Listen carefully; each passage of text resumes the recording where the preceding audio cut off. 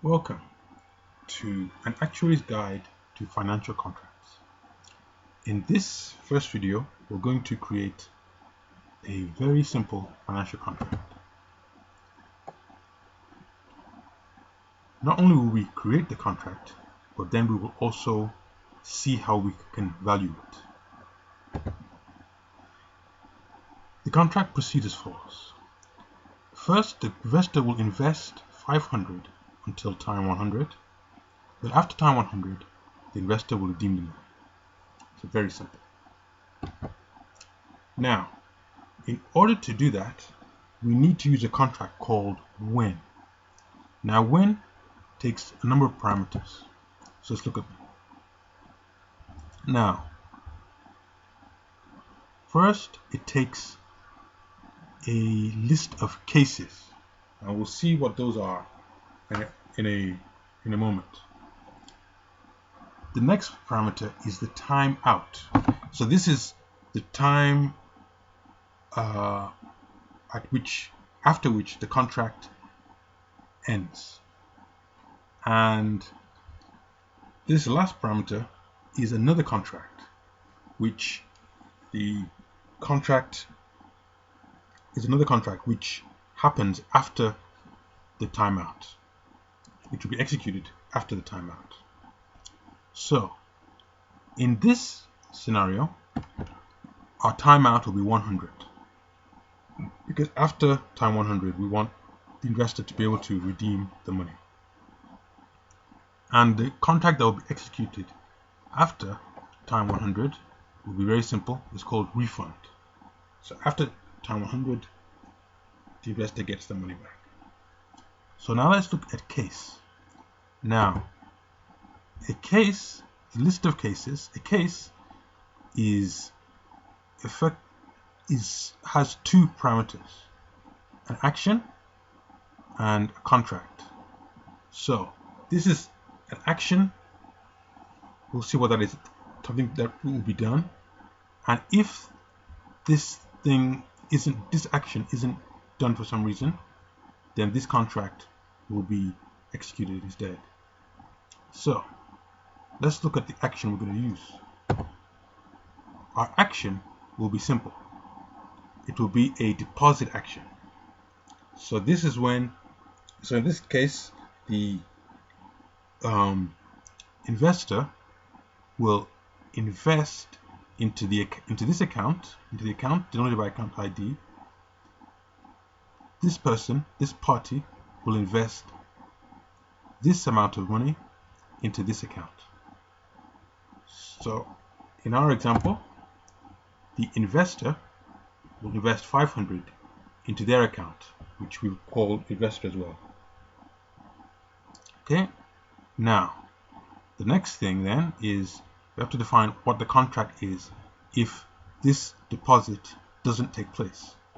Well, if that's the case, then it's just going to be refund, because the person will just get the money back. The investor will get the money back. If they can't put it into this account, it will be refunded.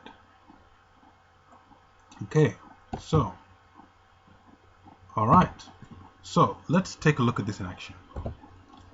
If I come here to this website, is called the Marlowe Playground. So you can come here, and then what you can do is you can write programs that define contracts, because our contract language is called Marlowe version 3.0, and what we can do is we can define contracts. So this is what we've done here. We define a contract, we call it invest. So invest CU is a contract that will deposit into the account. Let's change that to investor, because that's the fact. Look at what we do. You can say investor account, and it's the investor. Okay, so investor will invest C into investor account. If this deposit can't happen, then it will be a refund. and U is just the timeout. So this, if you like, this is a nice succinct way of saying this, which we've already looked at. So what we're going to do is we're going to write a program that defines the contract, invests 500 until time 100. Now, having put this program in, we can actually compile it. So if I click compile here, okay, and what it does, I move this down a bit, scroll down, you see it's printed our contract, okay, which is exactly what we wanted. You can see here more clearly that the investor has deposited into the investor account 500 until time 100. Okay. So, now, as actuaries, we would like to be able to value a contract. That's one of the things we value a contract. So let's look at a very simple way to value this contract. Given a constant effective interest rate I, value of I of t of c is the value at slot t, slot is time, slot t of contract C. Okay. By definition, we define this as the value I of t of our investment will be equal to C times 1 plus I to the power of t minus u. So this is just the simple compound interest formula or accumulation formula for an effective rate of interest. Okay, so let's actually see that in action. We come back here. Okay, here what we've done is we got save again. Let's change that to first account investor, local investor account, I think. Okay, so what we're going to do is, that's basically, this is formula we just seen before. It's just that because it's we're using the Haskell programming language, we need to explicitly coerce integers to floating point numbers so that the math works.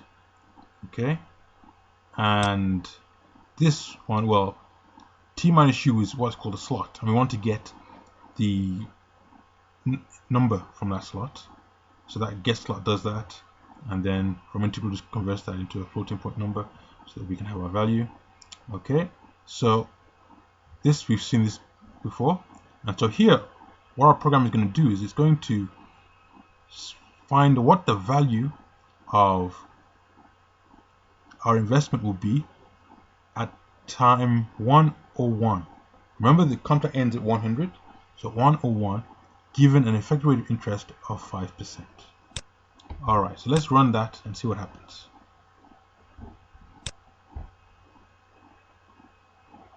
Okay, let's see what we get. Yep, 525.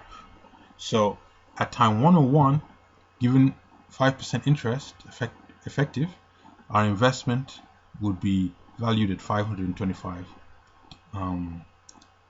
units of money, which is what we would expect. Okay, so we have seen how to define and value a simple financial contract.